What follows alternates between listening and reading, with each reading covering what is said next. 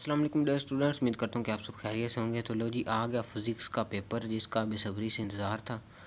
تو آپ دیکھ سکتے ہیں کہ لونگ جو تھے وہ تو انتہائی آسان تھے۔ تو پہلا جو لونگ تھا وہ تھا مکینیکل ویو کی تعریف کیجیے اور اس کی اقسام بتائیے اور مثالیں دیں۔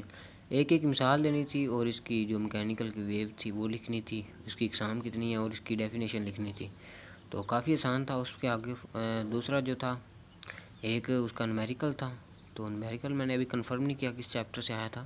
اور اگر بات کریں ہم کوشچن نمبر 6 کی، تو وہ ہے ٹرانسفارمر کیا ہوتا ہے، میوچل انڈکشن کے تحت اس کے کام کی وضاحت کریں۔ تو وہ بھی بہت آسان تھا۔ اور یہ جو تھا نا، نیچرل ری ایکٹیویٹی کی تعریف کیجیے، نیز ریٹرنز کی 3 خصوصیات تحریر کریے۔ یہ بھی تقریباً آسان تھا، جن بچوں نے کوئی 4-5 دفعہ اسے پڑھا تھا انہیں آتا تھا۔ تو چھوٹ کی اگر بات کریں تو کافی آسان پیپر تھا۔ اور اگر ہم MCQs کی بات کریں تو وہ بھی تقریباً چیپٹر کی جو لاسٹ میں ایکسرسائز تھی وہاں سے آیا تھا۔ تو یہ ذرا مکھیاں وغیرہ ہیں تو انہیں ذرا اگنور کرنا۔ تو آپ دیکھ سکتے ہیں یہ پیپر۔ چینل کو سبسکرائب کر دیں۔ اللہ حافظ۔